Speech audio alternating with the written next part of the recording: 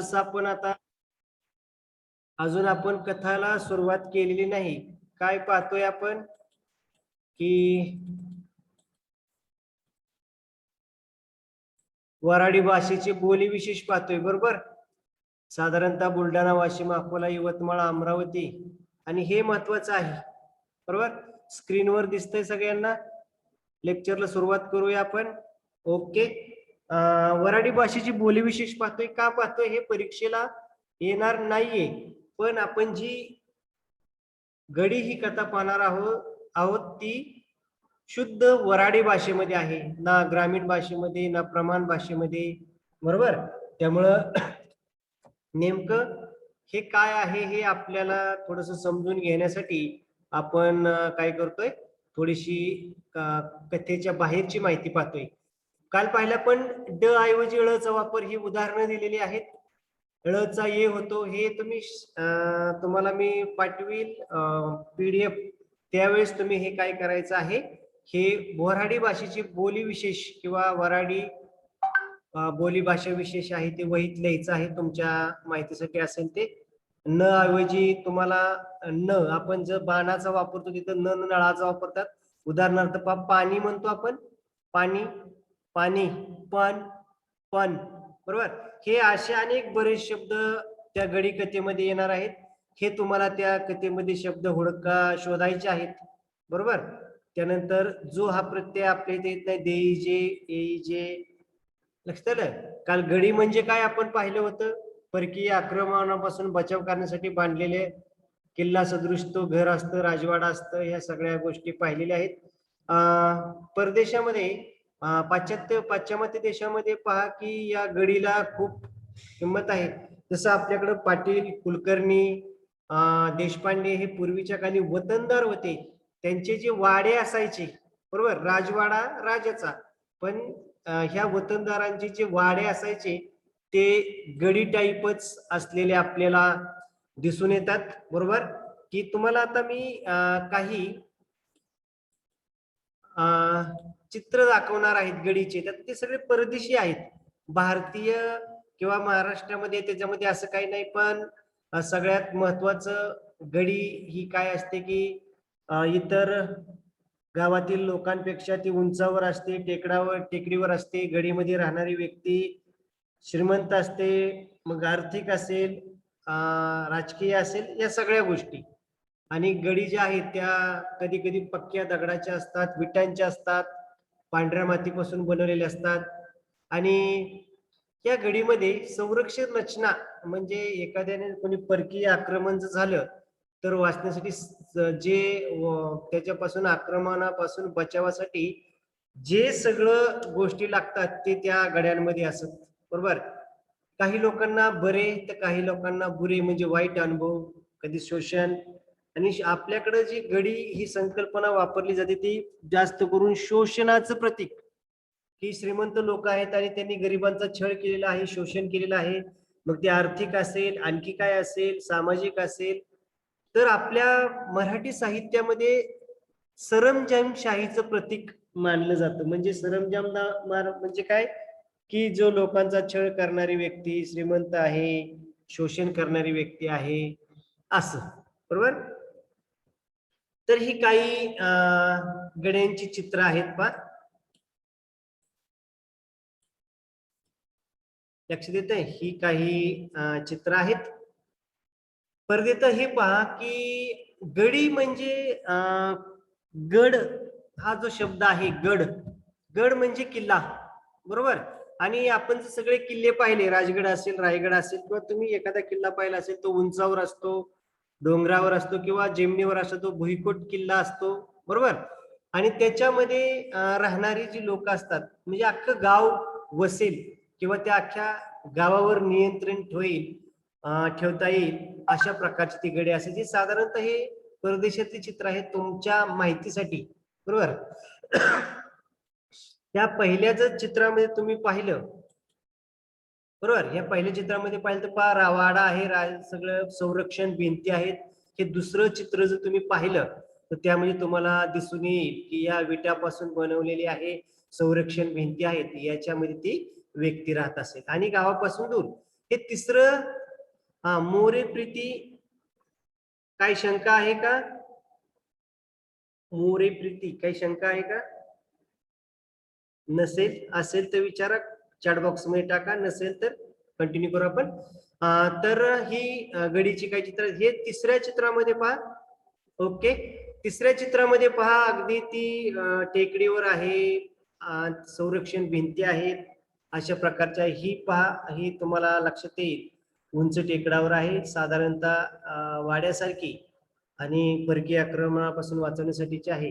हे आणखी एक चित्र आहे पहा, ही तर खूप दूरचं आहे.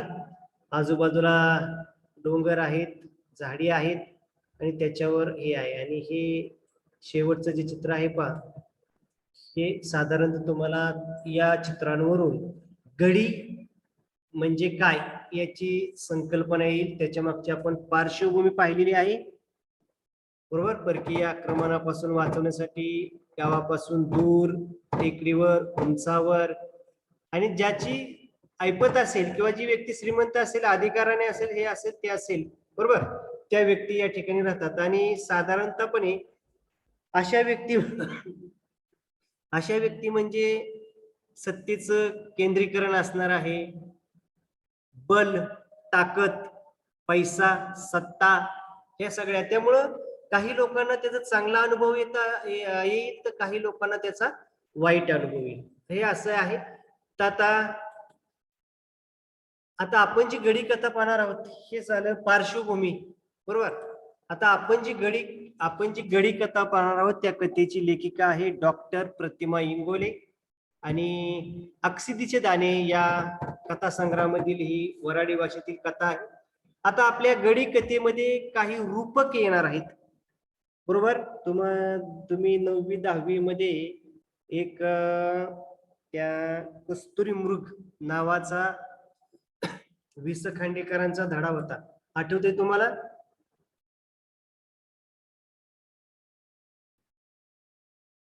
यांना गडीच का म्हणायचं, तर आता पहा, साधारणतः किल्ला आपण गड म्हणतो, त्या गडावर राजा राहतो, बरोबर, आणि तिथून तो प्रजेचं रक्षण करतो. आता गडी म्हणजे काय, तर किल्ल्यापेक्षा लहान, बरोबर, आणि गावातल्या घराची जी लोक आहेत, गावात त्या राहणाऱ्या आजूबाजूच्या परिसरातील जी लोक आहेत, त्यांच्या घरापेक्षा वेगळी. वेगळी का, कारण आजूबाजूला गावामध्ये जे शेतकरी राहतील, शेतमजूर राहतील, कष्टकरी काम करणारे वेगवेगळे बाराबलुतेदार राहत असतील, ते कष्टकरी आपला उदरनिर्वाह करत असतील. पण या गडीमध्ये राहणारी लोक आहेत, परदेशाचा विचार केला तर सरंजाम नाहीत. सरंजामदार म्हणजे कोण, की ज्यांच्याकडे हजारो एकर शेती आहे, आणि ते तुकड्या तुकड्यामध्ये लोकांना ती शेती देतात, कसायला देतात, आणि मग आता हे त्यांच्याकडून ते परत उत्पन्न वसूल करतात. जर आपण भारताचा किंवा महाराष्ट्राचा जर विचार केला, तर वतनदार म्हणजे पूर्वीचे काही जे राजे होते, ते जे काही वतनदार असतील, त्यांना त्या जमिनी करायला दिलेल्या असतील, बरोबर, आणि मग त्यांनी त्या जमिनी गावातल्या लोकांना करून मग त्यांच्याकडून ते लगान चित्रपट पाहिला असेल तुम्ही बा, त्या लगान चित्रपटामध्ये ते इंग्रज असतात, आणि इंग्रजांच्या बरोबर आपला एक राजा असतो पहा, बरोबर, राजाची भूमिका, कारण तो संस्थान असतो, संस्थानिक असतो, लक्षात आलं. आता तो संस्थानिक आहे किंवा तो राजा आहे, त्याला तर सगळं बघता येणार नाही, लक्षात आलं. म्हणून याला गडी म्हणतात, गडापेक्षा, किल्ल्यापेक्षा छोटीशी गडी, बरोबर. आणि आता आपली जी कथा आहे गडी, या गडीमध्ये तुम्हाला आता सांगितलं मी, कस्तुरी मृग होती का तुम्हाला, वि स खांडेकरांची रूपक कथा. ते मृग म्हणजे हरिण, कस्तुरी म्हणजे ज्याच्या पोटामध्ये आहे ते त्या सुहासाच्या पाठीमागे फिरते, रूपक कथा होती. त्याच्यावरून आपल्याला काहीतरी सांगितलेलं असतं, बरोबर. तसं गडी ही एक रूपक कथा आहे. रूपक कथा म्हणजे काय, की याच्यामध्ये रूपक वापरले आहेत, प्रतिमा वापरलेल्या आहेत, प्रतीक वापरलेली आहेत. त्यातलं पहिलं प्रतीक आहे ते म्हणजे गडी, आणि संस्कृतीचं प्रतीक असलेली ही गडी म्हणजेच आपल्या पाठामध्ये असणारे जे नायक आहेत, हे आहेत बापू गुरुजी, बरोबर. म्हणजे गडी जशी भक्कम असते, दणकट असते, तिला संरक्षण असतं, तसं आपल्या पाठामध्ये मयुरी नाडेला काय विचारायचंय का?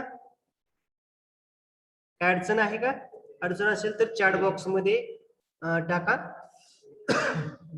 तर आपल्या कथेचे जसं शोध कथेची नायिका होती आपली अनु, तसं या गडी कथेचे जे नायक आहेत, बरोबर, गडी कथेचे नायक आहेत ते कोण आहेत? बापू गुरुजी, बरोबर. बापू गुरुजींच्या भोवती सगळी कथा फिरते आणि त्यांना रूपक गडीचं दिलेलं आहे ते आपण सविस्तर पाहूया. आता बापू गुरुजी कोण आहेत? सत्प्रवृत्ती असणारे, सदाचार, समाजासाठी असणारी तळमळ, ध्येयवादी आहेत, निष्ठावादी आहेत. बापू गुरुजींच्या या पाठामध्ये संवेदनशीलता आहे, वक्तशीरपणा आहे, राष्ट्रभक्ती, श्रमप्रतिष्ठा ही मूल्ये या कथेमधून बापू गुरुजींच्या माध्यमातून आपल्या समोर येतात. बापू गुरुजी मोठ्या पगाराच्या नोकरीचा विचार न करता गावाच्या सेवेसाठी, बापू गुरुजींची परिस्थिती गरिबीची आहे पण तालुक्याच्या ठिकाणी जाऊन ते शिकलेले आहेत, पण त्यांनी मोठ्या पगाराच्या नोकरीची अपेक्षा न करता ते गावातच शाळा सुरू करतात आणि गुरुजींचे व्रत स्वीकारणारे बापू गांधीवादी आहेत, बरोबर. आणि ही जी कथा घडते ती स्वातंत्र्याच्या आसपास घडणारी ही कथा आहे. नायक म्हणून आपल्याला भेटतात आणि संस्कृती, गावचं गावपण, संस्कृती टिकवण्यासाठी त्या बापू गुरुजींची भूमिका महत्वाची आहे, बरोबर. तर बापू गुरुजी आणि गडी अशी रूपकं आहेत. बापू गुरुजी म्हणजे गडी जशी आढळ असते, हळूहळू ती बिगर वापरामुळे खचून जाते, तसं बापू गुरुजी सुद्धा गावासाठी खूप करण्याचा प्रयत्न करतात पण ते हळूहळू खचून जातात. पहिली जी रूपक आहे ते काय आहे? गडी, बरोबर. दुसरं रूपक पहा, वान नदी. दुसरं रूपक काय आहे? वान नदी. ही सातपुड्याच्या कुशीतून वाहणारी वान नदी आहे. इथं पहा,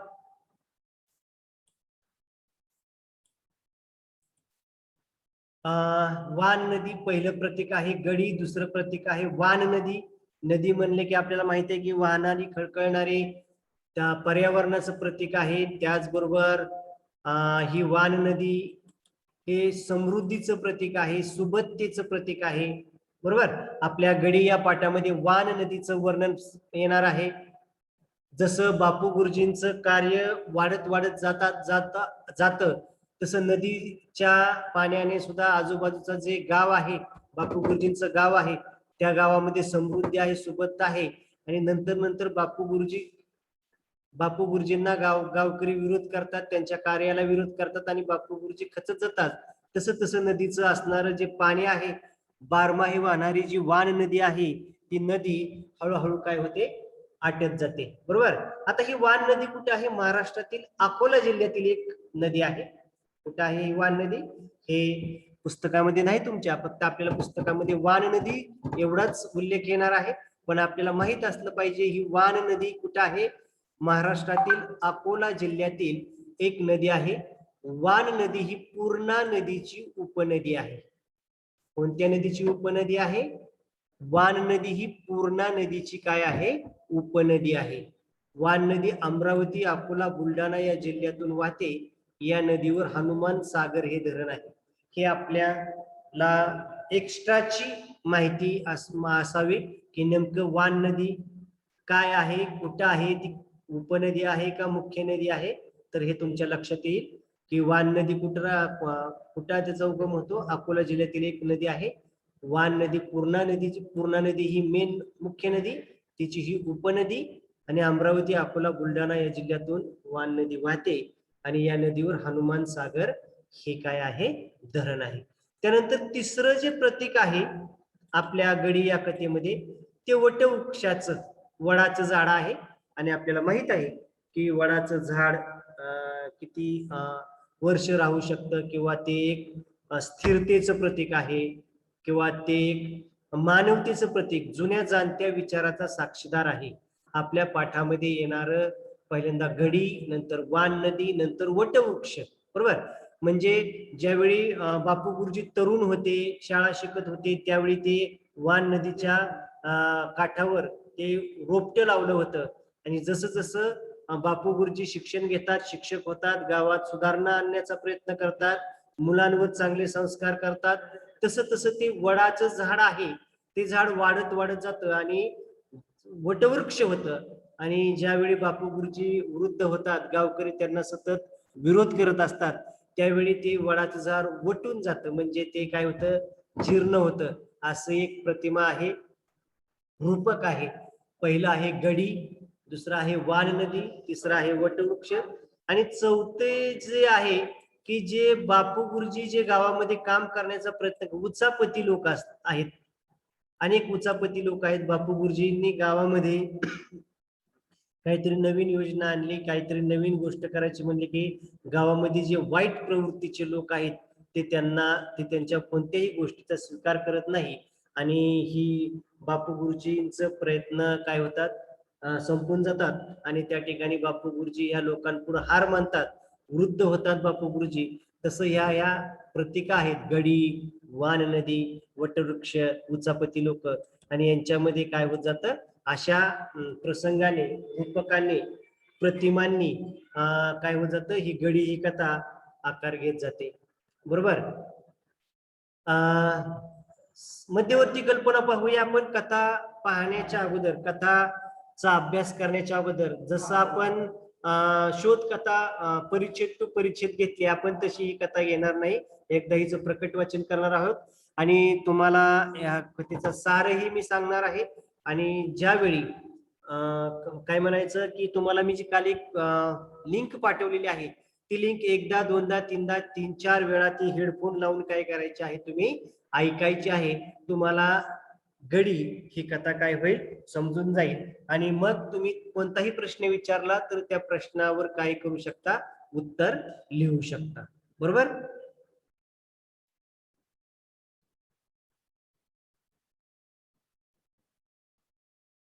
बर, हे कोण आहे, नांदे मॅडम. कोण नाव आहे हे?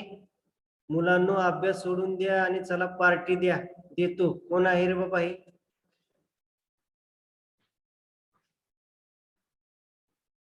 एक मिनिट थांबतोय, आपण लेक्चर थांबवतोय.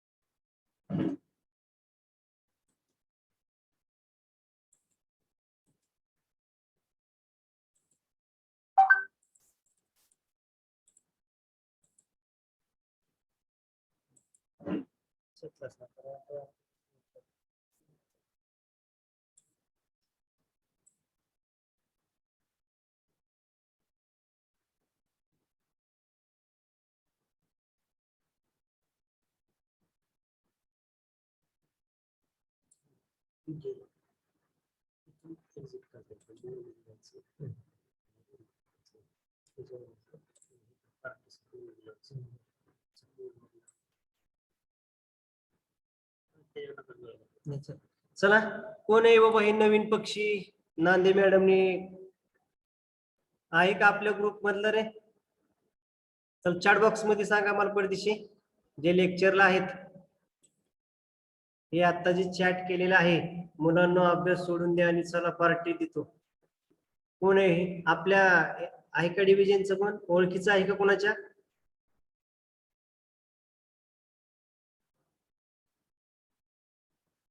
मग कसं आपल्या लेक्चरला जॉईन झालं? मी तर तुम्हालाच लिंक पाठवली ना फक्त. बरं चला, द्या सोडून, बघूया परत. तर ही जी कथा आहे, गडी कथेचं मध्यवर्ती कल्पना पाहू आपण. चला, नका चॅट करू, जाऊ दे. चला, नसन ओळखीचं तर द्या सोडून विषय. गडी कथेची जी मध्यवर्ती कल्पना आहे, सारांश थोडक्यात आपण पाहूया. कोणता जरी आपल्याला ह्याच्यावर प्रश्न आला तर आपल्याला माहित असलं पाहिजे. गडी ही कथा डॉक्टर प्रतिमा इंगोले यांनी लिहिली आहे. आणि अक्षदीचे दाणे या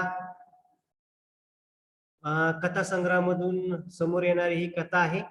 ग्रामीण कथा आहे, रूपक कथा आहे. काय वैशिष्ट्य आहे या कथेचं?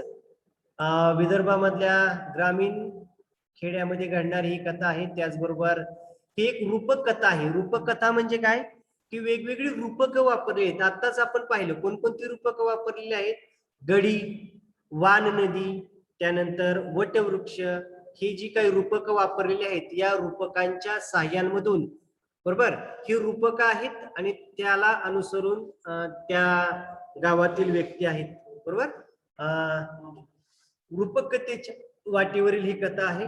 लक्षात असू द्या, रूपक कथा आहे. या कथेमध्ये प्रतिमा आहेत म्हणजे ही रूपक आहेत, प्रतीक आहेत, काही चिन्ह आहेत आणि विचार या सूत्रातून ही रूपक कथा आपल्या समोर येते. बरोबर प्रतिमा, प्रतीक, विचार या सूत्रांमधून ही कथा आपल्या समोर येते.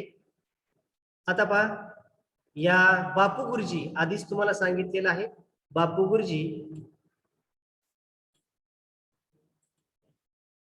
गुरुजी हे कथेतील मुख्य पात्र आहेत म्हणजे नायक आहेत. जसं शोध कथेमध्ये आपली नायिका कोण होती? अनु. तसं गडी या कथेचे नायक कोण आहेत?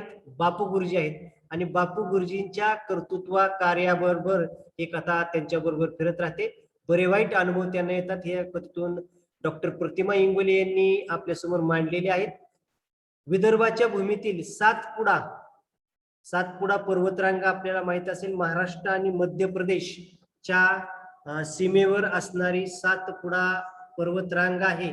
त्या सातपुडा पर्वतरांगेच्या कुशीमध्ये वसलेलं, वान नदीच्या काठावर वसलेले एक गाव आणि या काठावर कथेचे कथानक आकाराला येते. लक्षात आलं? कथा कुठं घडते? जसं शोध कथा आहे ही मुंबईमध्ये घडते. बरोबर, त्यामुळे तिथली भाषा प्रमाण भाषा आहे.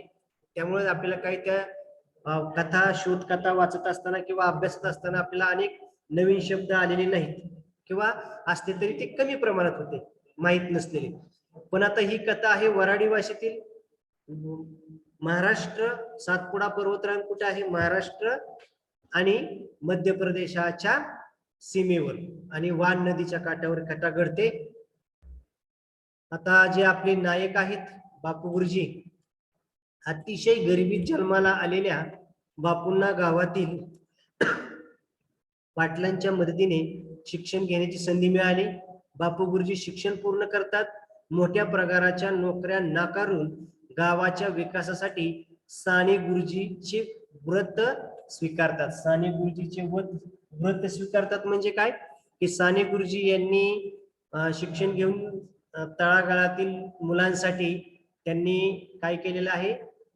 शाळेमध्ये शिक्षकाची नोकरी पत्करलेली आहे. तसंच आपल्या पाठामध्ये असणारे बापू गुरुजी अतिशय गरीब आहेत. गरीब कुटुंबात जन्माला आलेले आहेत. आपण कथा वाचताना कळेल चटणी आहे तर भाकर नाही आणि भाकर आहे तर चटणी नाही, अशा परिस्थिती म्हणजे अतिशय गरीब. पण गावातील पाटील जे आहेत जे पाटील की त्यांना मुलबाळ नाहीये, ते बापू गुरुजींच्या शिक्षणाची सगळी जबाबदारी घेतात आणि त्यांना तालुक्याच्या ठिकाणी शिक्षणाला पाठवतात. आणि शिक्षण पूर्ण केल्यानंतर बापू गुरुजींना कुठेही अगदी मोठ्या पगाराची नोकरी मिळाली असती, पण बापू गुरुजी ती मोठ्या पगाराची नोकरी नाकारतात आणि गावाच्या विकासासाठी साने गुरुजी यांचं व्रत काय करतात? धारण करतात. म्हणजे काय की त्यांना ज्या गावातल्या लोकांनी मदत केलेली आहे किंवा ज्या गावामध्ये जन्म झालेला आहे त्या गावाच्या विकासासाठी ते काय करतात? धडपड करत असतात. काय काय करतात बापू गुरुजी? गावात शाळा सुरू करतात. मुलांमध्ये शिक्षणाची गोडी निर्माण करतात. मुलांना व्यायामाचे धडे देतात. 12 महिने 24 तास बापू गावाच्या विकासाची स्वप्न पाहतात. गावासाठी नवा रस्ता, गावासाठी पोस्ट ऑफिस, गावासाठी दवाखाना, गावासाठी बोर्डिंग म्हणजे काय? वसतिगृह. बरोबर, जरी खेडेगाव असलं तरी 5वी पर्यंत काही शाळा आहे ती, 5वी 7वी पर्यंत शाळा आहे ती, आणि पुढचं शिक्षण घेण्यासाठी त्या गावातील मुलांना गाव सोडून तालुक्याच्या ठिकाणी शिक्षणासाठी जावं लागत असत. त्यामुळे ते वसतिगृह त्या ठिकाणी तयार करतात, तिथं मुलं शिकतात. अशा प्रकारे 12 महिने 24 तास बापू गावाचे विकासाचे स्वप्न पाहतात. गावासाठी रस्ता, पोस्ट ऑफिस या वेगवेगळ्या सुधारणा करण्याचा ते प्रयत्न करतात. पण बापूंच्या साऱ्या प्रयत्नांना गावातील उचापती लोक, बरोबर, उचापती म्हणजे काय की बापूंच्या जी काही विधायक कामं करायची आहेत, गावाच्या विकासाची कामं करायची आहेत, गावातील जे वाईट प्रवृत्तीचे लोक आहेत ते वाईट प्रवृत्तीचे लोक सतत विरोध करत असतात.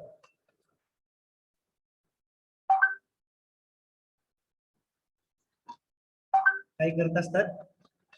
सतत विरोध करत असतात आणि त्यांच्या विकास कामात खीळ आणण्याचा प्रयत्न करत असतात, बरोबर. आणि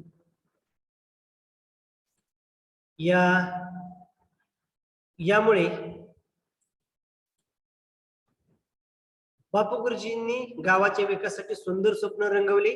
काही गावकऱ्यांनी त्यांच्या स्वप्नामध्ये रंगच भरू दिले नाहीत. सगळेच गावकरी नाहीत, म्हणजे अख्ख्या गावानेच बापू गुरुजींच्या विकास कामाला विरोध केला असं नाही. काही गावामध्ये जे काही नतद्रष्ट लोक आहेत, काही समाजकंटक आहेत की त्यांना गावामध्ये विकास, सुधारणा, परिवर्तन या गोष्टी नको आहेत, त्यांनी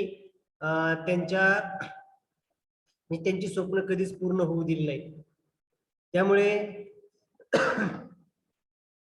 गावात हायस्कूल सुरू झाली नाही, गावात नवा रस्ता झाला नाही, गावात दवाखाना झाला नाही, गावात पोस्ट आले पण त्याचा लोक फायदा घेऊ शकले नाही. पहा, त्या हायस्कूलसाठी, नव्या रस्त्यासाठी, गावात दवाखान्यासाठी, पोस्ट ऑफिससाठी बापू गुरुजींनी अखंड धडपड केलेली आहे. पण ते काही जे विरोधक आहेत त्यांच्यामुळे ते गावामध्ये येऊ शकले नाही. एकंदरीतच शिक्षण, आरोग्य, दळणवळण ह्या कोणत्याही व्यक्तीच्या, कोणत्याही गावाच्या मूलभूत गरजा आहेत. शिक्षण, आरोग्य आणि दळणवळण, बरोबर. आणि ह्या गरजा पूर्ण करण्यासाठी बापू गुरुजींनी खूप धडपड केली, मेहनत केली, प्रयत्न केले, पण त्या पूर्ण होऊ शकल्या नाही. शिक्षण, आरोग्य, दळणवळण, रस्ते या गोष्टींमधून बापू गुरुजी गावाचा विकास करण्यासाठी प्रयत्न करत होते, पण गाववाल्यांनी या साऱ्या गोष्टी नाकारल्या. त्यांना ना शिक्षण नको होतं, ना दवाखाना नको होता, ना चांगला रस्ता, ये जा ह्या गोष्टी नको होत्या. त्यामुळे ते बापू गुरुजींचं जी विकासाची धडपड आहे ती खुंटलेली आहे. बापू गुरुजींच्या गावाला आदर्श पुरस्कार मिळालेला आहे. कोणता पुरस्कार मिळालाय? आदर्श गाव पुरस्कार मिळालेला आहे, पण तो कागदावरच. ना गावात दवाखाना, ना गावात चांगला रस्ता, ना वाहतुकीची साधने. आणि अशा गावाला आदर्श गाव पुरस्कार मिळाला होता, पण कागदावरच मिळालेला पुरस्कार बापू गुरुजींच्या काळजापर्यंत पोहोचत नव्हता. गावात कोणताच विकास नसताना आपण आदर्श कसे, म्हणजे मूलभूत गरजा, मूलभूत सोयी नसताना आपलं आदर्श गाव कसे, हा प्रश्न बापू गुरुजींसमोर होता. गावात, आदर्श गावात त्यांचा सत्कार होता आणि सत्कार समारंभाला बापू गुरुजी न जाता ते रानाची वाट पकडतात आणि या वाटेवर त्यांना चक्कर येते आणि त्याचं पाय उचलत नाही. अशा आशयाची कथा साधारणपणे पहा. 1947 नंतरची ही कथा आहे, स्वातंत्र्याच्या प्राप्तीनंतरची कथा आहे.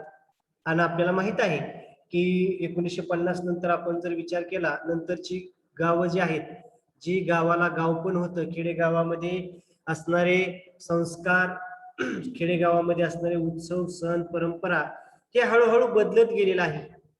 लक्षात आलं? आपण मुळशी पॅटर्न मध्ये हे सगळं पाहिलेलं आहे आणि त्यामध्ये आधुनिकीकरण आलेलं आहे, जागतिकीकरण आलेलं आहे. त्यामुळे गाव बदललेलं आहे आणि जी पहिली जी जुनी गाव होती, जी संस्काराच्या खाणी होत्या, ते बदललेलं आहे आणि ग्रामीण परंपरेला तडे गेलेले आहे. कशामुळं? आधुनिकीकरण आणि जागतिकीकरण, बरोबर.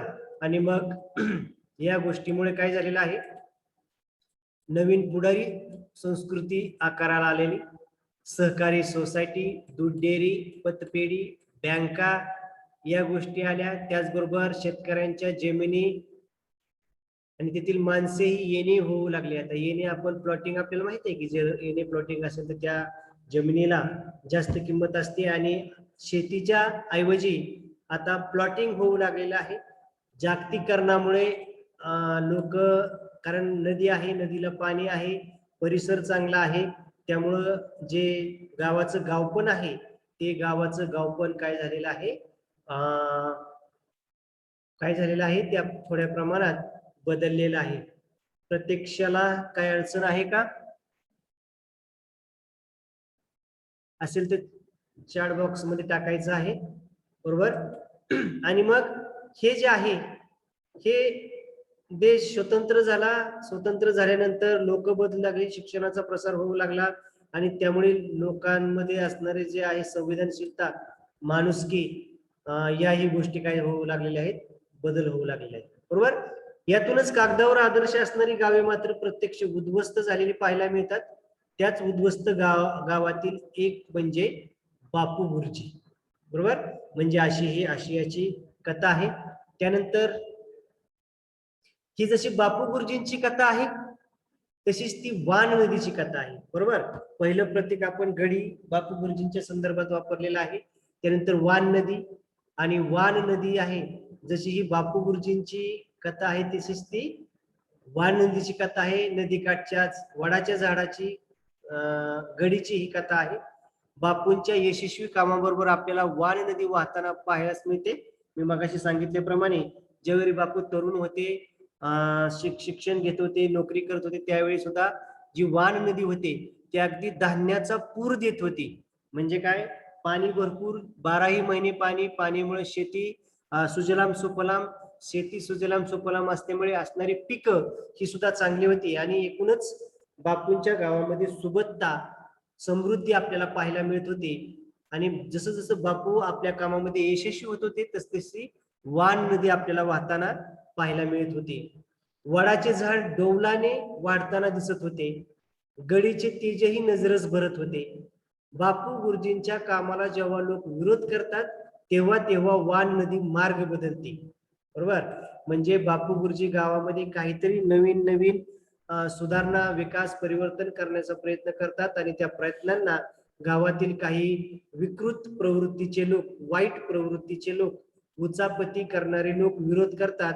तेव्हा तेव्हा वान नदी मार्ग बदलते. मार्ग बदलते म्हणजे काय, की तिला सुद्धा एक रूपक वापरलेलं आहे, प्रतिमा वापरलेली आहे, ती मार्ग बदलते. जसं आपण पाहतो की जास्त पाण्याला, नदीला पूर आला तर ती नदी मार्ग बदलते, त्याप्रमाणे वडाचे झाड काळवंटे, गडी डासळते.